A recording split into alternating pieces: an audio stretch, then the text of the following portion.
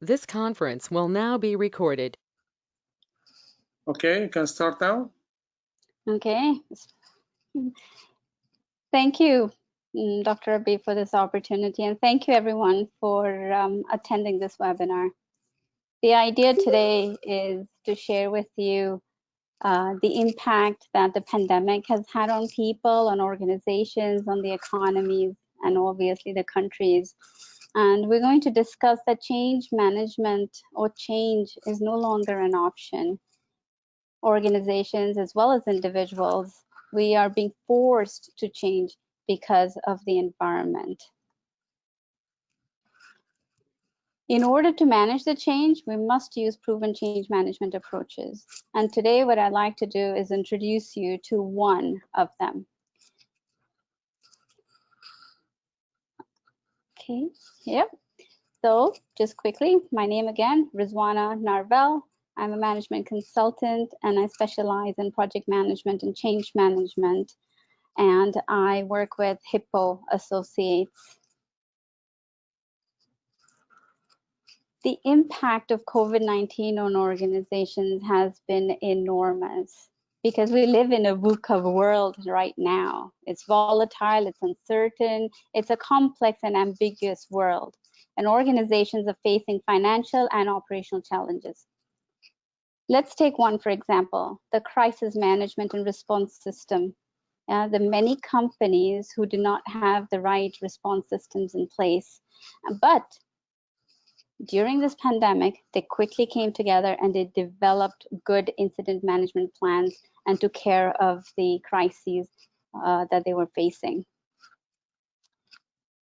It's very important to leverage the crisis management team so that they can utilize efforts to help to transition from where we are now to the next phase. Many of the organizations have now stabilized. We are in the month of June, almost towards the end of June. And so the focus now has shifted from this crisis management now in terms of how do we bring people back to work. Another impact it has had is on protecting people, right? There has been a change in the habits. We've been working in the offices. Now we're working from home. Not all industries can operate from home. For example, we had Ali who spoke about ABC in Kuwait, Al Marai, for example, in KSA. But many measures had to be put in place to support the employees, to make sure that they feel protected, you know, when they come to work. And for those who work from home, there are lots of resources that organizations had to provide in terms of how do you work from home, how do you stay productive from home, how do you feel like you're still engaged in the workplace. Communication has been very, very critical. Communicate effectively in this global uncertainty. Organizations have had to become more responsive to lead communication, to show empathy in the communication that they, in the way they communicate to the people, making sure that people are feeling informed, they're feeling supported. There are lots of other impacts as well, as seen on the screen. There are operations and supply chain disruptions, liquidity and cash flow impact. Most organizations are looking to make a change. And these changes are unexpected and they will continue to be uncertain, but the change has to happen in one form or another. I just want to you remember when we were thinking about this presentation and yes. we're thinking about what are the motives or what made you propose to me that we need to do this presentation. We said that's why we said that we agreed that it will not be like normal presentation, but I will interfere at certain times so that we can reflect on the current status. So yes. What did motivate you to say that, yes, we need to have this presentation? There's a lot of change happening. And the impact of coronavirus or this pandemic on organizations, you can see over here. These are just some of them. We've all been impacted. Everyone who's attending this webinar has been impacted. And what does this impact mean? It means that there is a change. There's a change in the organization, which basically means that the individuals have to change as well. Just take one example, working from home. This is a huge change for everybody, the organization as well as individuals. And when we talk about change, we have to understand how to manage this change. And that's why I wanted to talk about this today. How can we manage change? How do we make sure that everybody's moving with the organization? Because that change is happening and we can all see it. Does that answer your question, Dr. Abdeh? Yes, that's what I'm trying to aim for, that we try to link the presentation or the slides with the current state. So I will interfere from time to time so that we have live discussion about it, not only presentation. Okay. Definitely, yes. I just wanted to bring this up because if you look at this and you see the reds, the impact of the pandemic in Saudi Arabia. This is a survey that was done by McKinsey in May. I couldn't find a specific data for Kuwait, so I put this on for Saudi, and it should reflect Kuwait as well. Look at the restaurants. Look at entertainment outside of the home, right? This is the kind of impact it has had. So if it has had an impact on this, it basically means that our lifestyle has also changed. The biggest hit is F&B, travel, entertainment.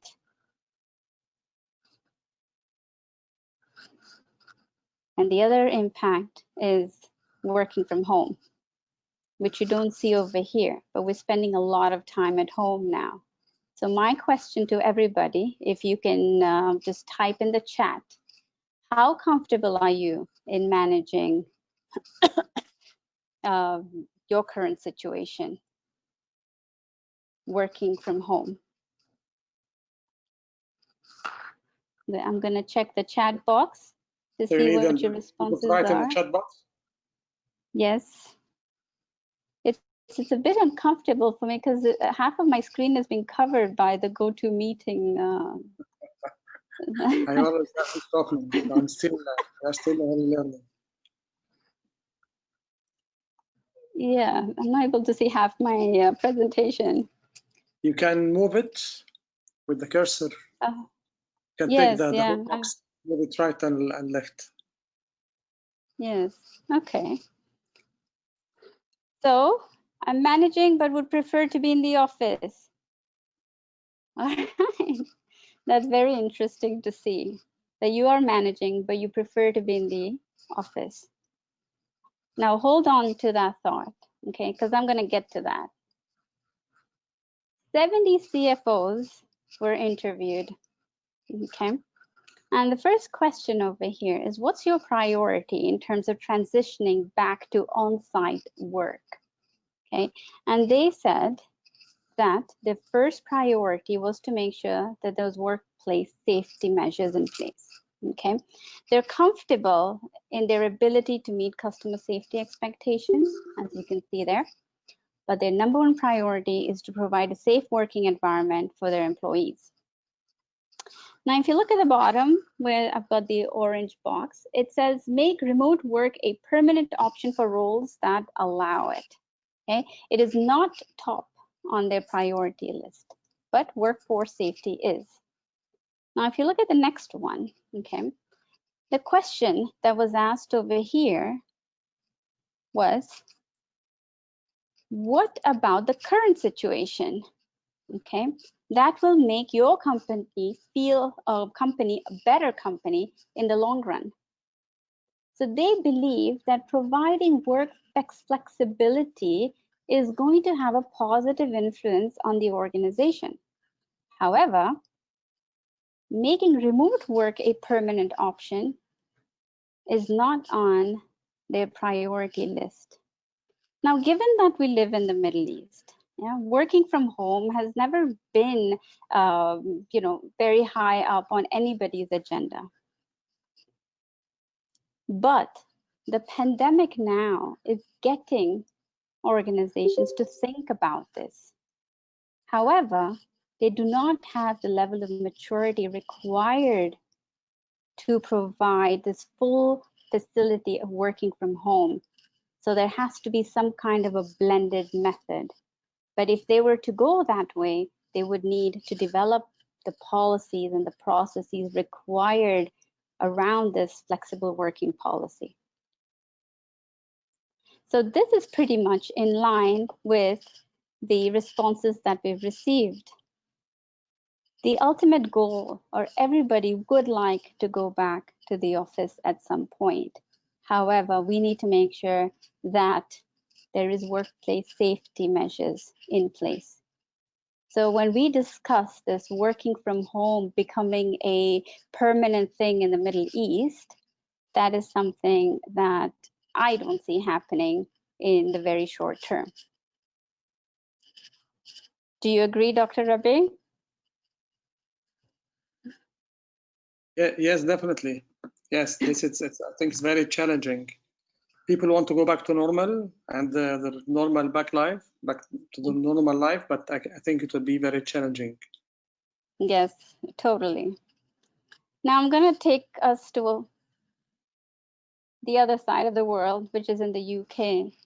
And it's pretty interesting. 177 UK employers were surveyed. And top priorities right now are enhancing well-being and mental health programs for employees. They anticipate significant cost increase in employee benefits. And now these benefit programs are being reviewed. There has been some talk about reducing annual leave and retirement benefits. However, this is just still under review. But the one thing that they definitely believe that they need to do, which is fit for purpose now and after the pandemic, is going to be well-being programs and mental health and stress management services. The whole pandemic has caused a lot of issues, health issues with individuals. And this is something that employers do need to consider now and even after people come back to work. And this is going to be the same issue in the Middle East as well. And I don't know if organizations right now are considering revisiting their employee benefits program. Okay, I'm stuck now. I can't. This is a good question that we can ask people also to the chat. Are they now reviewing their benefits or reviewing the I think many people are reviewing it now, but I'm not sure they are reviewing it into the employees' favor or to reduce costs. So let's in the chat box, what are people doing now? Are they reviewing the employees' benefits right now? And the main reason is it to see what fits for employees and to make them more satisfied, engaged, safe, or it's just for reducing costs?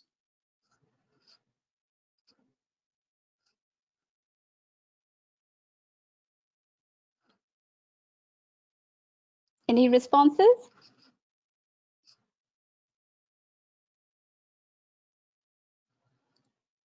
I think you can continue and follow up on the chat box while we're talking, okay? Sounds good. All right. All right. What else is changing? We're coming together. The pandemic is bringing people and organizations together. They're finding ways to collaborate for the common and the greater good. Okay, when you have one common objective in mind, you can make things happen and make projects successful. Now, Sasol, it's a chemical company, you have a mining company, and you have a transport company. They've all come together to supply sanitizers in bulk to 4 hospitals in South Africa.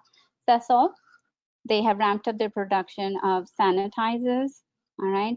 The mining company is providing bulk storage tanks for the products, and the logistics company is transporting that to the hospital. This is a very good example of collaboration, and these are things that we should be looking at in terms of how can we support each other during these difficult times. This is really cool as well. JD.com, it's China's largest online retailer. And what they've done is they're using their drones to deliver essential goods across China without having that human intervention. Now, there's not something they woke up one day and said, this is what we're going to do. They had to conduct ground surveys. They had to design flight corridors. They had to request airspace permission, and then they went and then they could deliver their goods. So we can imagine the kind of collaboration they needed to have with different government entities. They're also helping spray disinfectant on the streets of China. This is really, really fascinating and something that really, really need to think about. PwC, by the way, is not the only organization, but digital contact tracing is the new thing now. This is an application that will be on your phone, probably on your computers as well. And what happens is they will be tracking who you meet as an employee, right? How close have you been with that employee, with other employees? And if somebody does get coronavirus, they will be able to trace back to every single person that this person interacted with. This is how they believe they can make employees feel safe. Digital contact tracing. Now, the one thing to think about is what kind of privacy are you going to have with digital contact tracing? This is also something that governments are working with Apple and Google to build this technology into smartphone operating systems. This is something that you could be carrying around with you at all times. So what's coming in the future in terms of your privacy? Any thoughts on that?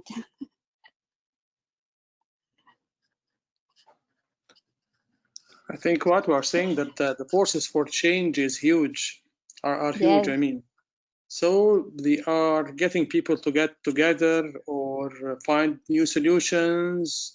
So the change is very disruptive and is radical. So that's why we're seeing things all our life have not seen before. Exactly. This is going to cause huge disruption. This brings me back to the change that's happening. The change is inevitable, and it will in turn force us to change. We've got some answers in the chat box that talk about reducing benefits and salaries, and they are some companies are reviewing or about to finalize their benefits. That's interesting.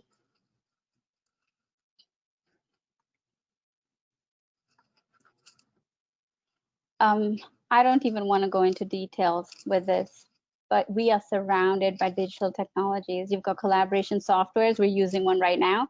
You've got robots, drones that are delivering supplies, the Internet of Things.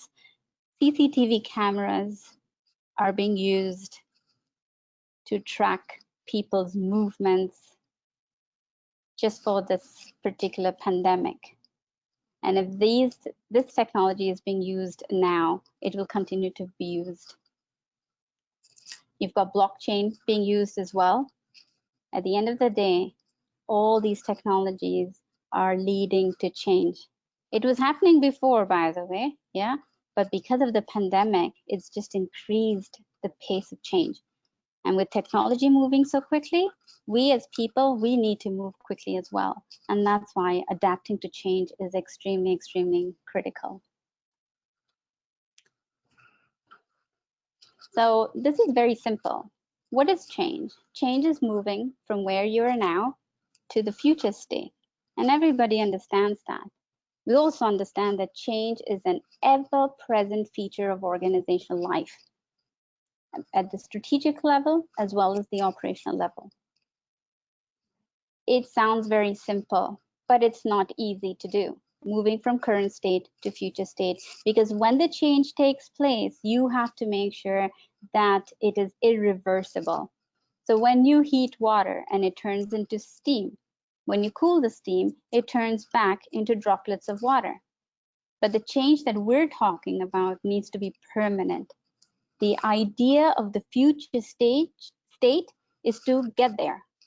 And once you've gotten there, just stay there, because now that will become your new current state, and the cycle continues.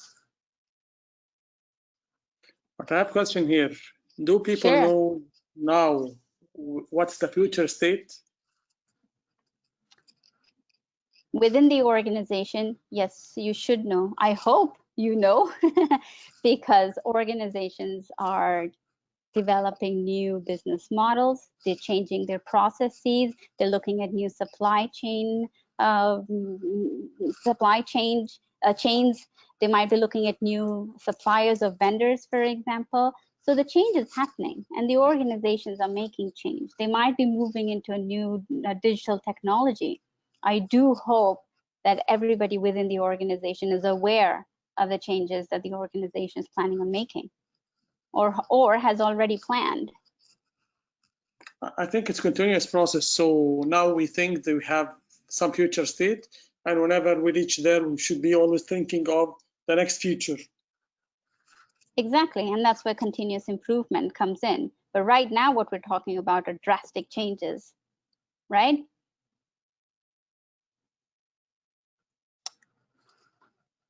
So we've gone from working at home to suddenly, working in the office to suddenly working at home. That's a drastic change for many, many people. There are some people who have still had to go back to the office, but now they have to wear masks. Maybe they have to use sanitizers. They have to wear gloves, for instance. So it's a huge change for people. And that's why understanding this change, it's very simple. People say, oh, we know what change is. Yes, it is simple, but it's not really that simple, because once you get to the future state, you need to stay there. And how you get there is very, very critical. That whole process is very critical, because you don't want to revert back to your current state. So what's change management? Change management is basically managing the change that will take you to the future state. It's the process of making that change happen. In literature, change management is actually a subset of organizational development, which basically means that it can fall under the HR practice. Now, change are of two types. The organizational change.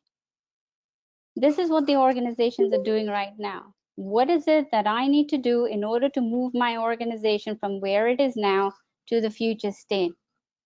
It is a change in the way they do business. But if the organization changes, then the organization is made up of people.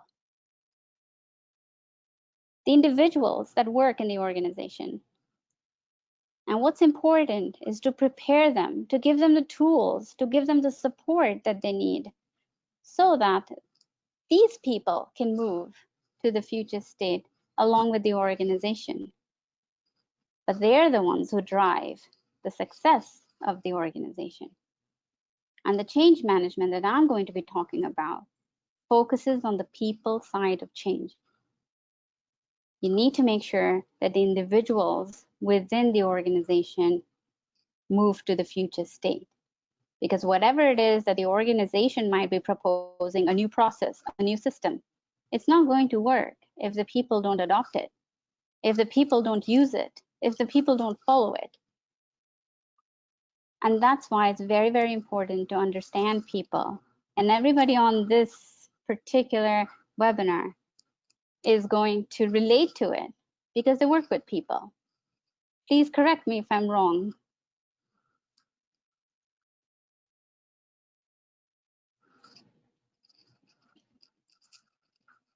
I think this is very important point, that looking at both from the individual side plus the organization side, because in many organizations, they're only focusing on the organization only, not on the people. And the people actually, they are leading or adapting to change in the organization. So I think we need to keep the balance between both. Yes, exactly. Very well said. But when we deal with people, okay, we have complexities, because the impact of change on individuals is something that we need to consider. Individuals go through a certain cycle. And the first one is we start to resist change. Why? Because we see roadblocks. Okay, it causes doubt and fear. Can we do this? Is this the right thing? Am I going to lose my job? Blah, blah, blah. These are the things that you start to think. And that's what causes resistance. Slowly, you go into the next phase is where you start to identify your own skills and abilities to making the change. You see a light at the end of the tunnel and you begin to understand your own abilities and say, you know what, I can do this. So you start moving into the next phase, which is adapting. You embrace the change, you accept the new stage and the new phase because now you're a bit more comfortable with the change that's happening.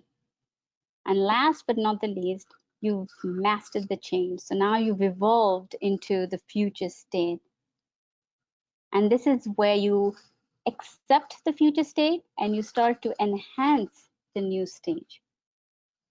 So it's very important to consider what individuals go through whenever there's a change.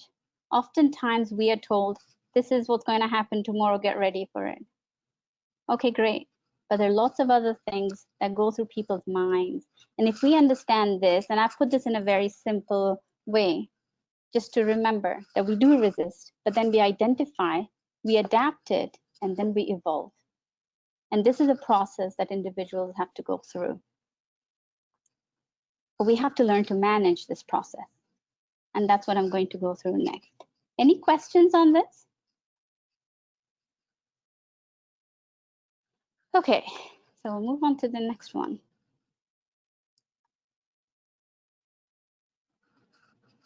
Whatever the case may be, change initiatives fail.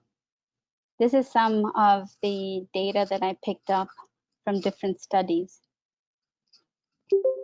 Success rates of change initiatives is less than 30%. Change initiatives fail to produce the long-term sustainable gains by 75%.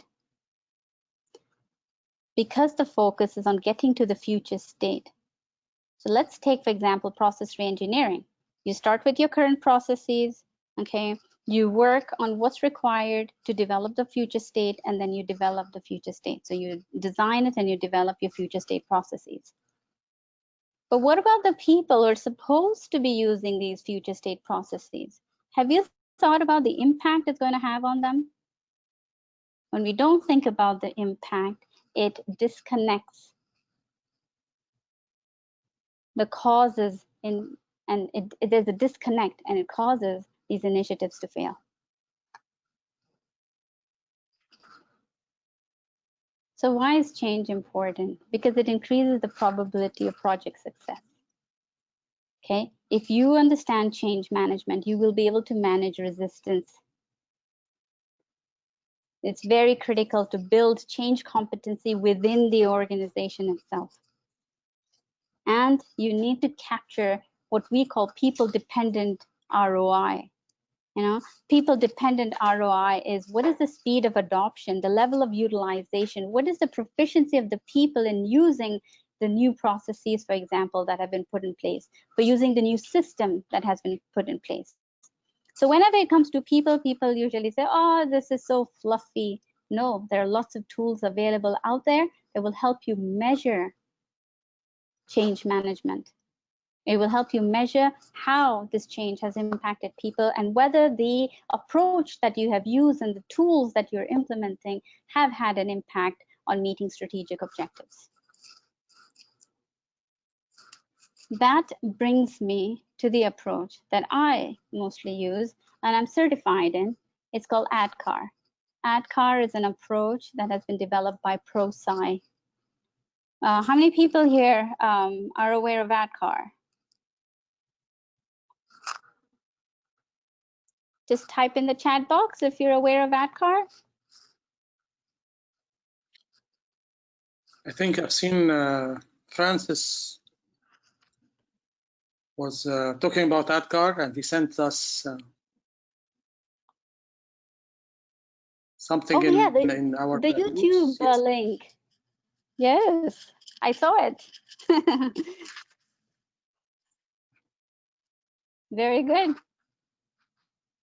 I like ADKAR, and the reason is because it's a very practical tool.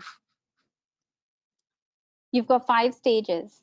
Okay, you've got the awareness stage, where you need to communicate the nature of the change, why the change is happening, how is it going to impact the organization, how is it going to impact the individuals. Remember, once again, take a step back and say change management is about people, right? So we're using this approach to make sure that the people, the individuals, are moving to the current state. Most important question, what's in it for me? If you're able to answer that question, right, you are able to develop the desire to support the change. The D is for desire. The desire is the willingness to support the change, to be part of it. If you make people aware, it doesn't really mean that they have the desire to help through the change. And that's why the communication is very, very important. In order to build desire, sometimes you might have to do a one-on-one intervention. The message might need to come from a very trusted source. For example, the change sponsor needs to communicate with people, answer their questions, their objections to the change. Once you've done that, you have developed the desire. People who have the desire are going to help you through the change process. K is for knowledge. Knowledge is, how do I implement this change? You know, it includes the training and the education on the skills and behaviors. You need to teach people how to use the new system or how to use the new process. You know, you might have gone through a process of teaching your employees how to use Zoom or Microsoft Meets for working at home. But if you give somebody knowledge and you train them, does not mean that they have the ability to use the future state, whatever it might be, a process or a system. Because ability is the ability to be able to demonstrate the knowledge that you received in the case stage. And this can be evaluated based on whether you're able to achieve the desired outcome. It is the adoption of a system, for example, its usage to provide the desired results that makes it successful. So you might implement a system, you've made everyone aware, people are on board, you've trained them, but you also have to monitor and make sure that they're demonstrating the skills and behaviors that are required. They're able to use the system. It doesn't end there, because we just said we want change to be a permanent thing. We don't want to revert back. And that's why reinforcement is very, very important. That's the action taken to ensure the individuals do not go back. Otherwise, they will impede the change process. So in order to make sure that change is sustainable, you have to go through the reinforcement stage. So this is ADKAR in a nutshell. Now, I am not certified as such to provide training on ADKAR, so I'm not going to go into a lot of detail, but if anybody wants to get in touch with me to understand this, I'm more than happy to help. I am a member of Prosci as well, and I have access to all their tools that I use on a regular basis for all my transformation projects. If there are any questions, please feel free to ask. ADKAR makes change sustainable. There are factors that you have to think of when you implement change. So in the awareness stage, you need to think about what is the nature of change, why is the change needed, why is it happening now? And the most important question, what's in it for me? These are just some of the things that you need to think about. There's a lot more that you need to think about to help with the implementation of the change. When it comes to desire, we have limited control on how others will choose to go. Accept the change, not accept the change. The culture of the organization is also very, very important. It's very important how people perceive the change. Do they see it as a threat? Do they see it as an opportunity? And once again, remember, just because you've made someone aware of the change does not mean that they have developed that desire to be part of that change. That is a very important thing to consider, because I have been in organizations where there's lots of communication, there's a big ho-ha about a new transformation happening, and then they jump straight to knowledge. Next thing is happening is the training. So it's very important that the D for the desire is not, overseen. Knowledge. It's very important that you think about the how. How are things supposed to be done? Not everybody understands it. Not everybody has the same level of understanding. You might teach me something and I might get it right away, but another person might need another resource, might need some more training. So you have to understand that the level of understanding of the future state is not going to be the same across the board. You need to start with understanding what the current state competencies are within your organization and for the individuals that are going to be impacted by the change. Once you've given them knowledge, in terms of ability, you have to make sure that they're able to demonstrate that capability and the ability to utilize whatever it is that the future state is. Some take longer and some don't. And even after you've finished the training, you might find some knowledge gaps. What does all this mean? It means that there needs to be continuous monitoring happening. You need to make sure that you're monitoring at all times to see what's working, what's not working. It's a very agile process. You need to keep going back. If you find knowledge gaps, develop another training that will fill those gaps. Right? And you have to make sure that you provide resources on the side. Oftentimes we implement something, maybe a new system, for example, and there's one go-to person for that. And that person has a full-time job. Plus, they're responsible for answering people's questions. Now, that's not always feasible in an organization. It's always important to have some kind of a knowledge management system, some kind of resources that are available out there to support individuals in their development. Last but not the least is reinforcement. Different people react in different ways. So you have to make sure that there's always positive reinforcement, but the reinforcement has to be relatable. You also have to keep an eye out for negative consequences. This is basically, sometimes when somebody wants to make the change, but the people within the department or peer pressure, right, pulls them back from making that change. So they decide not to go along with the change. And these are things that you have to pay attention to and then take care of it accordingly. Accountability, link it to a performance management system, for example, right? It's very, very important that everything in here, as far as ADKAR is concerned, is measurable. A change manager or a change leader needs to be able to operate at all levels within the organization. This is not top down, it's not bottom up. They need to be able to operate at all levels within the organization.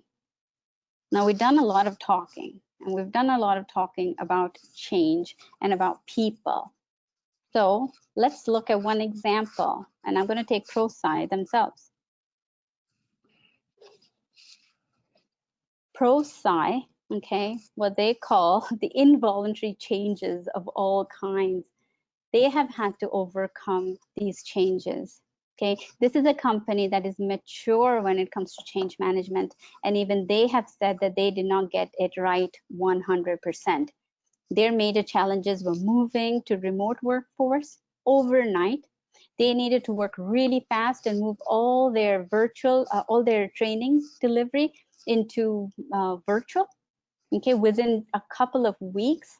And they wanted to continue to keep that culture going, okay? And they had to make a lot of changes within 2 weeks. They had leaders, they had sponsors. They made sure that the purpose of the change was very clear, all right? And they had change agents that have been assigned proper roles, and they made sure that people were aware and the desire to change was implemented properly. The same message was reiterated over and over again by the line managers. So whatever came from the top, middle management, line managers, they all iterated the same message over and over again.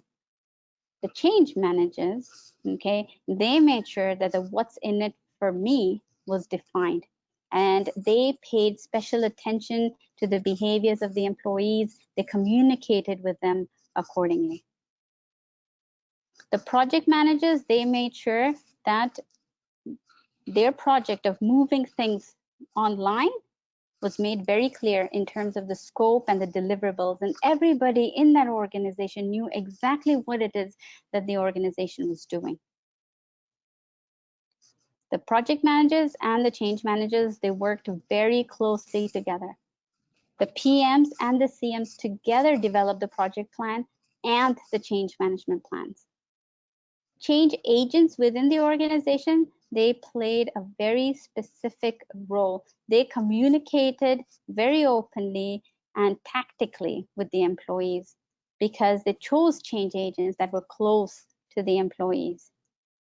There's one common theme in this, and that was communication and understanding behaviors. If you want to collaborate, you need to make sure that you have positive relationships. You need to make sure that you understand behaviors, and you need to make sure that you communicate accordingly. Sometimes what comes out of somebody's mouth is not going to be perceived in the same way by everybody who's listening to what that person is saying. So you have to understand people in order to be able to communicate with them accordingly. Because I do research on project management and change management, I came across this article, and there's a current research that was done in 2019, and that showed that the executives that took the time to address mindsets were 4 times more likely to be successful in their change programs. They took the time to address mindsets. And that is something that we need to be very, very wary of, because people are complex and individual behaviors are complex. Any questions on this? Any comments? Till we have the comments on the chat box, I want to say about the ADKAR model. Yes, it's very good, and it's very good structured approach to address both the organization and people side of change. But in real life, again, in this case studies, what do you see? What are the main obstacles that people will face in real life, and from your experience also in this project that you're working in right now, what are the obstacles that you're facing or challenges, and how you're getting over these challenges? You know, Dr. Rabe, when we talk about change management, the first thing people talk about is employee resistance, right? Because we're talking about individuals moving from one state to another. But employee resistance is not always negative. There are people who are voicing out because there is a reason for it. The most important thing to do is to work with the project managers from the very beginning. It is change managers who usually work with top management to put the vision of the change in place. They are the ones who work with the communication team to communicate the vision to the employees. People are complex creatures. Yes, I agree. But they're not very difficult to manage, in the sense that if you are able to convey the message in the right way, why are we doing this? It's beneficial to the organization. In return, it's beneficial to you. This is what's in it for you. They will help you through the change. They will increase the rate of adoption and usage of whatever it is that you're implementing at the end. So the greatest challenge that everybody talks about is employee resistance. However, if you involve people from the very beginning and share your vision with them, what your objectives are, what it is that you're trying to achieve for the organization and for the people in turn, they will make your life quite easy. And I have seen that through the projects that I've implemented.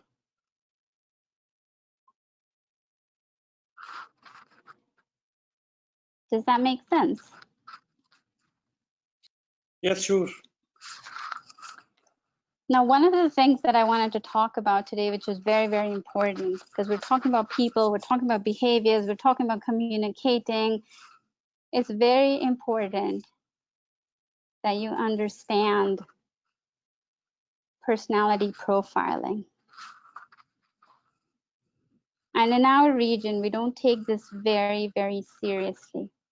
However, if you did do personality profiling, it will help you build positive relationships. It enhances communication because it starts with understanding yourself. If you understand who you are, how you communicate, how you behave, how you make decisions, you become more self-aware. So when you see people reacting to you in a funny way, you will take a step back and think, hang on a second, it was because of my behavior they reacted this way. Profiling also helps you understand other people, and it also helps other people tell you about yourself. So you develop this social awareness. You identify your blind spots. You're able to see what your hidden potential is. And you also understand why you react the way you do because of the situation, and you're able to adjust your style accordingly. It has been proven that if you understand who you are and how you perceive yourself, you will then pay more attention to other people's behaviors. It will give you greater insight into why you do the things you do and what personality type you are and how you can improve your own way of communication. And in a way, it increases tolerance. So you understand others' behaviors, so you don't react to their behavior the way you would have had you not increased your own self-awareness and understanding of others. Within my organization, within my consulting work, I use Clarity 4D as my profiling tool. For a change management team, for example, for a project management team, profiling really helps because then we work more cohesively together. We understand each other better. And this is something that if you want more information on this, I'm more than happy to provide to you. But this is something that organizations should really think about if you want to embed the whole journey of communication and change, individual change within the DNA of an organization.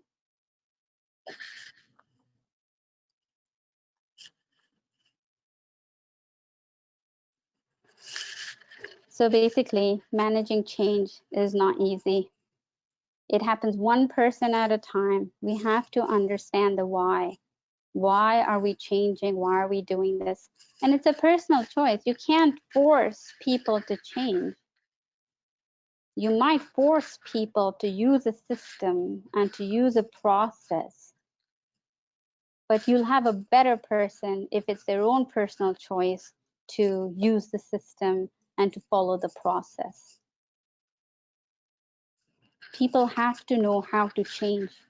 Sometimes we just give them something and say, go do it. And then we start blaming that person for not using the system or following the new processes or whatever it might be. But sometimes it's as simple as they don't know how. We haven't provided the knowledge to them. So it's very, very important to keep these things in mind when you're managing change. You know, every individual within the organization needs to move into the future state. Now the question is, are you going to get everybody to move to the future state? Probably not. But if you're going to implement change management, then your aim is to try and get each and every one to the other side, to the future state. And if you're not able to get a few people to the future state, it's fine. Don't worry about it. But you need to try. And having a proper approach in place really, really helps. Having the right tools in your hands really, really helps. Thank you very much. If you want to know anything more about ADKAR or about Clarity 4D personality profiling or even change management, please feel free to reach out to me at any time. Thank you so much, Ridwana, for this great presentation. And I say all our presentations are insightful if really people look from a different point of view of gaining new information, get some insights about how things are going. Thank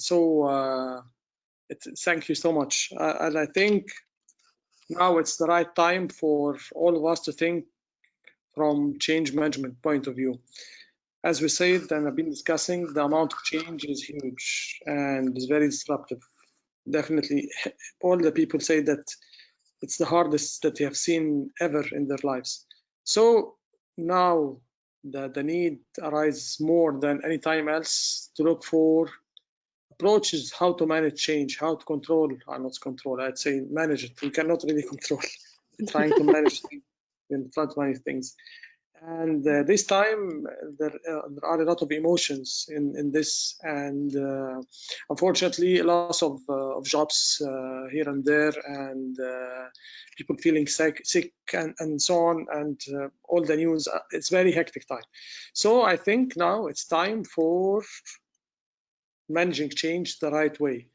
And yes, we have structured approach and all the things, but still the personal, focusing on the people side more, try to understand people and try to show them your empathy on this, and how can you help them and support them, engage them in the change time. I think these are all needed.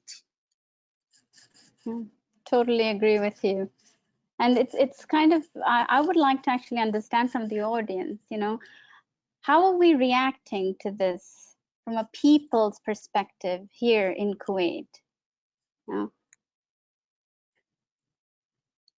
I think we need to ask people with us in the chat to tell them their input. I think that the reaction will differ from one organization to another, depending on the management feeling how important are the people.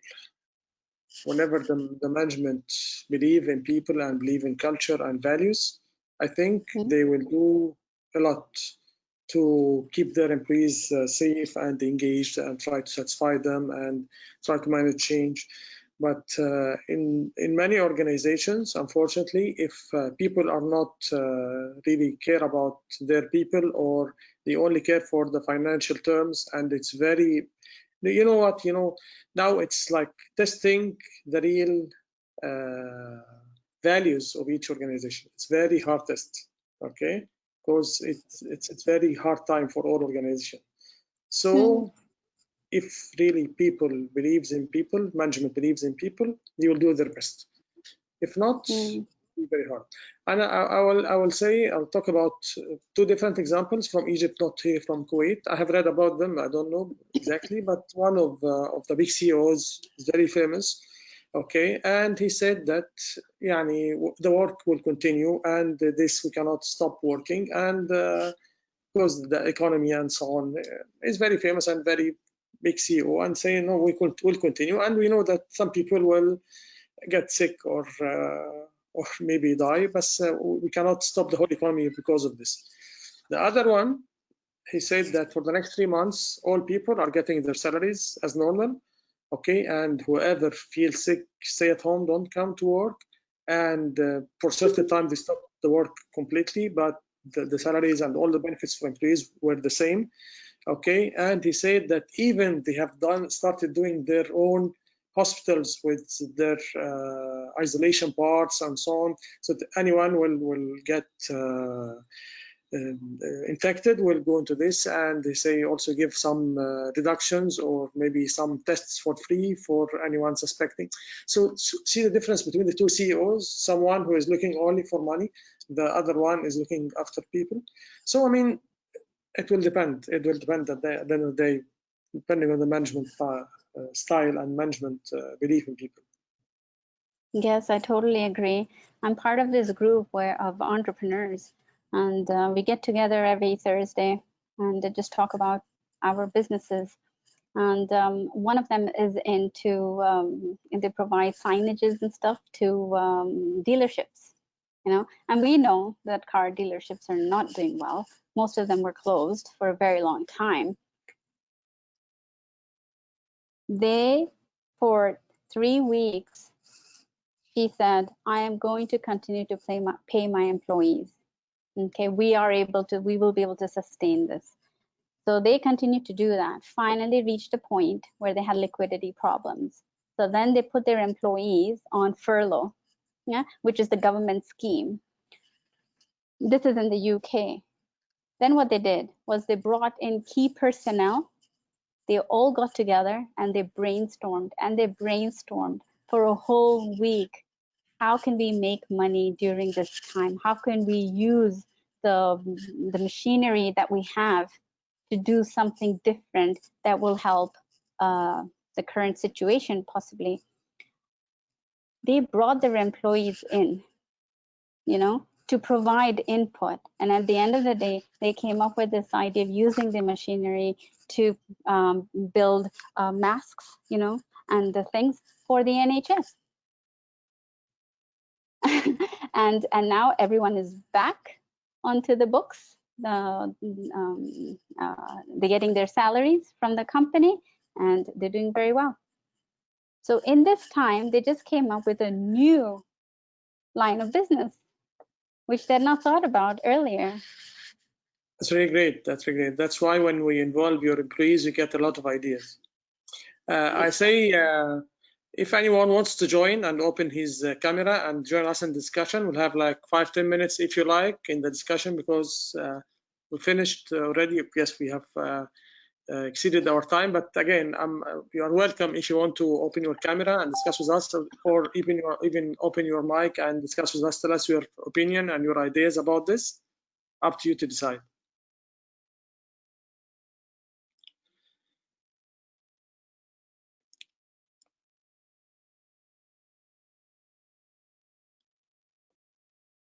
Yes, Francis, our superstar in change management.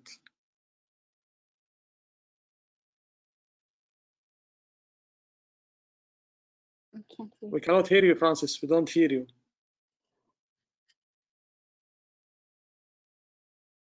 Cannot hear you. Now? Yes. Can hear you now. Okay. I really appreciate and I'm thankful to Madam Rizwana. I met her in a project management workshop in Hotel Radisson. Her husband is very active in Saudi Arabia, KSA. They are doing very good projects, you know. I think a couple of years back I met them. Am I right, Rizwana? Yes, at the PMI conference. Yeah, I was a PMI conference. presenter there. Yes. Yeah. November 2019, wasn't it? Yeah. It was And really 2018. Yes. You know, this concept, you know, is very close to my heart. You know, this change management right from the beginning, because when I was doing my master's degree, like doctor, you know, my thesis was on re-engineering readiness assessment among management staff in GEC Alstom. Alstom is a French-based company, as you know. They are into, in even Saudi Arabia, they have very big facilities. They are into power transmission, switch gear, and rail transport systems, all that, you know. So I interviewed 265 respondents about, you know, what the management staff perceive the current operations in the baseline, and what they would like the management to demonstrate in future, you know, to identifying the gap.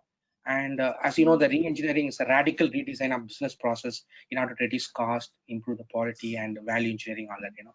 So what rightly you pointed out, the resistance from the employees, it's the first thing, we need to tackle, so how far, they are able to take this, approach, because this, the scope of the work is going to be 6 months to 1 year only. The any kind of OD exercise, the scope of management commitment and support is very important. If we not backed up with management support and commitment, it's going to be a disaster. And also and the ADKAR model, as you rightly pointed out, the knowledge and the ability is important. Even I can attend this conference if I don't have any aspiration, if I don't have real motivation, whatever you talk, it'll all go off the, it won't make sense for me, because I need to have aspiration, motivation, real motivation to sit, and I have appetite for this program. Any people, even you can take the horse to a water, still the horse has to drink the water, right? And that's a problem. There has to come from inside out approach. Not, you cannot trust anything from outside in, and it has to come from inside out. And what I like, the example what you quoted is, as an entrepreneur and a startup or introduction stage, we need to be very agile, very dynamic. Agility is needed. Earlier Darwin talked about survival of the fittest. Now whoever survival of the fastest can survive. As you rightly said, they shifted the business model to preparing the mask, and how they adapted the agility. That is what needed actually. According to the tune, according to the situation, we need to go. In fact, today, for example, even what I can completely I can acknowledge what I did. I did the online delivery for Alganim for quite some time. Can you believe? I did that because I needed some, I need to make some money, but I did that. But through that I learned many, many techniques, like following GPS, how to track the customers and prospecting the customers, especially Kuwaiti customers, reaching the remote places in the border and all that. So what I'm trying to say, it's not my personal testimony. What I'm saying is, as rightly said, as being an entrepreneur, whatever the business need of the hour, we need to act accordingly. Am I right? You can elaborate on that. Yes, exactly. But the thing is that they included key employees, they included them in this process. They came up with this idea together. So they were aware of what's happening, what the vision is, what they're trying to achieve. The desire was built because they were part of it, right? So they wanted to make this change happen. And then when the technical guys got involved in terms of how they can, cut the masks and the shields, and everybody was involved from the very beginning. Yes. And so it's very important, instead of making decisions on the top, if you bring people together and make decisions, you've already got their buy-in. The change will be swift. True. Because they feel part of it. Here the problem in especially Middle East, I don't want to point out anybody, but the problem is the young enterprising, the CEOs, they're at the young age, they are very aggressive in their approach. They don't know the dynamics of the having how to handle the people. People have the hearts close to people. Now some of the people CEOs are being very aggressive, too aggressive, and people don't take, they instead of bringing upbuilding the morale, they bring damage, repercussion.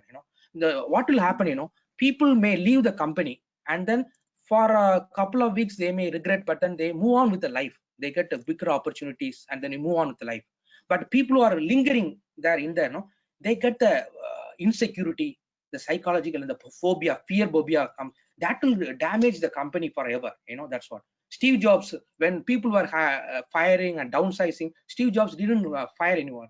He was investing in looking at the internal operational excellence, and he was funding for research and development. When the market came, he bounced back. That's what we're supposed to do. Am I right, Isma? Yes, exactly. The investment in people is important, but we also have to keep in mind that it's very important to have this in the DNA of the organization. When you take an organization and implant change agents within the entire organization, these are people who are trained in change, they understand change, they're advocates of change. It then becomes part of the DNA. the organization automatically becomes a learning organization. You see? And that's when the culture of the organization then moves to a different level.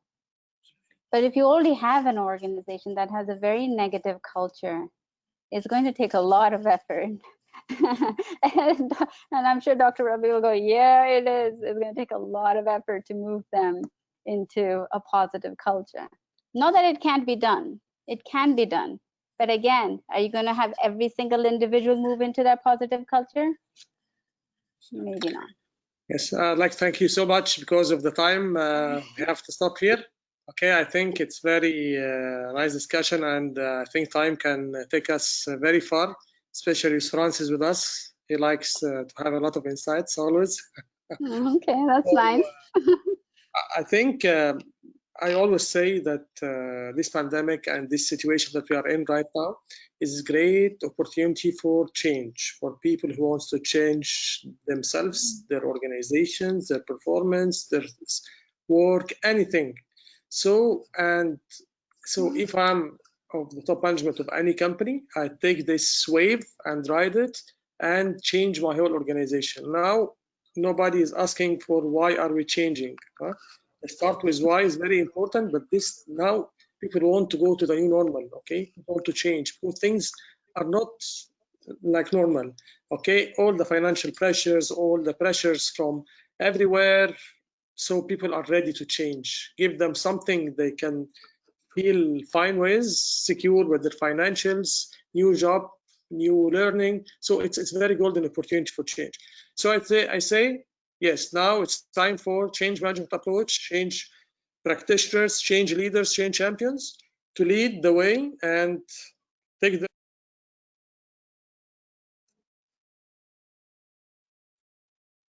Dr. Rabi, you're on mute.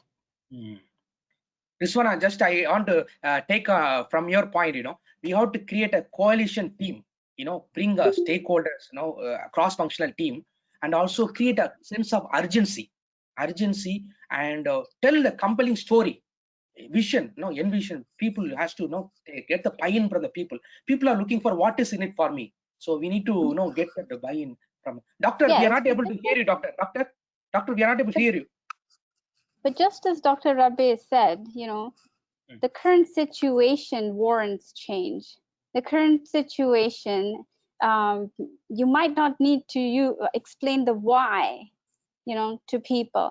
But the thing is that you still do need to, because not everybody understands the why, right? And that's why communication is very important at different levels. You can't send the same message in the same way across the organization.